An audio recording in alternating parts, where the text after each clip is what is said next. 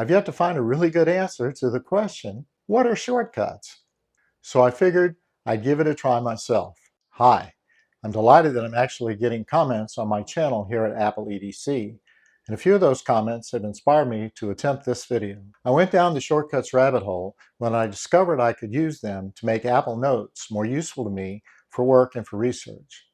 That expanded to using Apple Notes to keep track of things like receipts, field observations from my photography hobby, favorite locations, meeting notes, journaling, kind of sort of like a second brain.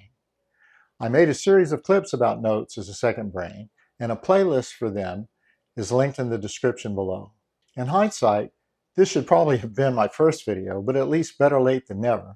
So please bear with this sort of stream of consciousness effort to explain the world of Apple shortcuts. I made a shortcuts overview guide as a downloadable and printable PDF. It's only a couple of bucks, and it's a great way to support the channel. The link to it is in the description. Thanks. Okay, so the term shortcuts really refers to two different things, and I think that's why it can be a little bit confusing. So the answer to the question really becomes two answers. The first answer is that Shortcuts is an app.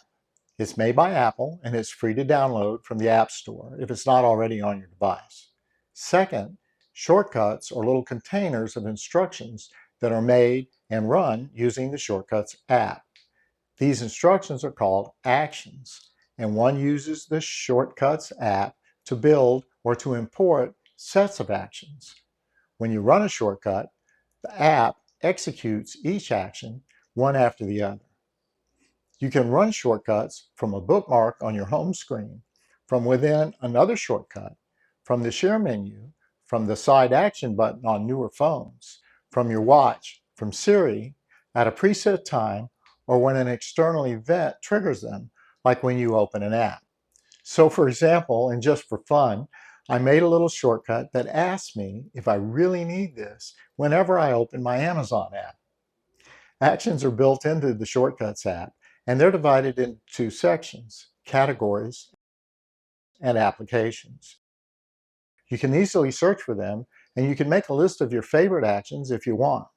Coming up in iOS 18, the look of the Shortcuts interface is likely to change, but the underlying functionality will be the same or even expanded to make shortcuts even more useful. So now that we know what shortcuts are, I try to explain why they can be useful for more than just making you feel guilty about that impulse Amazon purchase you just made.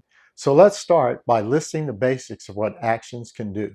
They can run applications and other shortcuts. They can communicate with the user, with applications on your phone, and with other shortcuts. Actions can even communicate with the operating system of the device. I have a shortcut I named Chill Time. With one tap, or with a request to Siri, it sets the media volume to 50%. It puts my iPhone in Do Not Disturb mode. It gets the current focus of my iPhone. It shows me an alert reminding me of the focus mode that I've set and to not forget to reset it.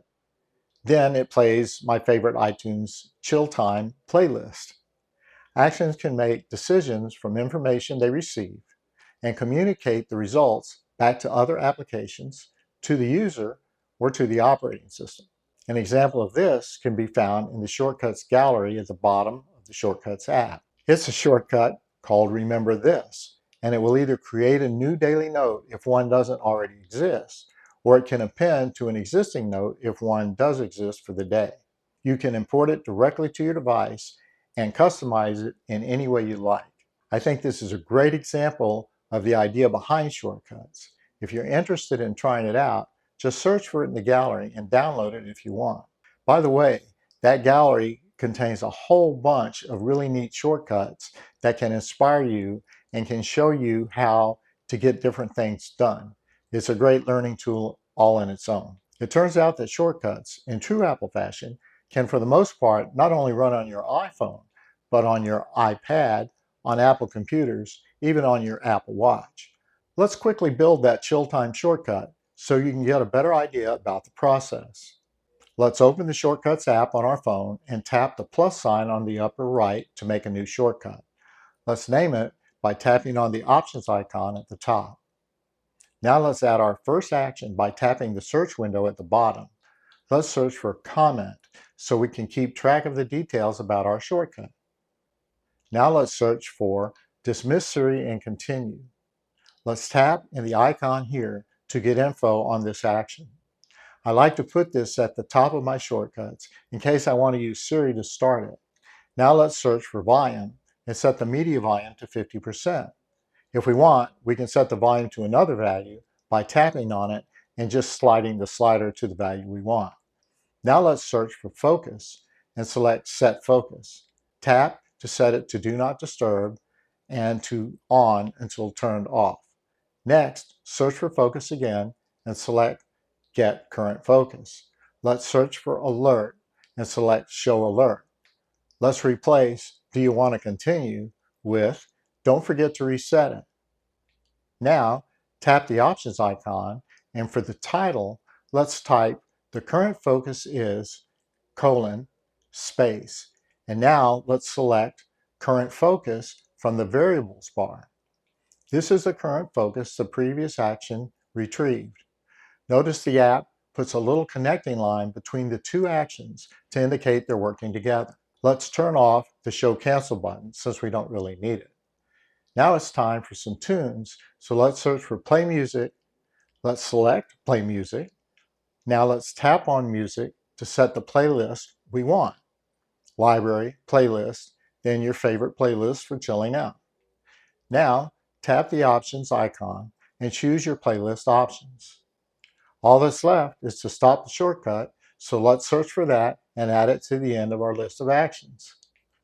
Now, let's press this play button to verify our shortcut really works.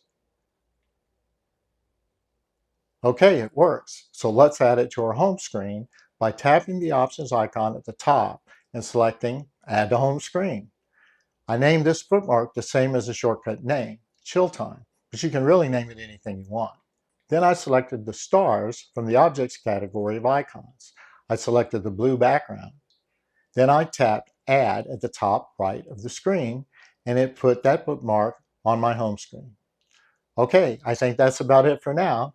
I hope this helps your understanding of Apple shortcuts and gets you interested in exploring them a little further.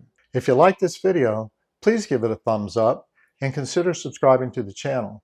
It really helps. Thanks for watching, and we'll see you on the next one. Bye for now.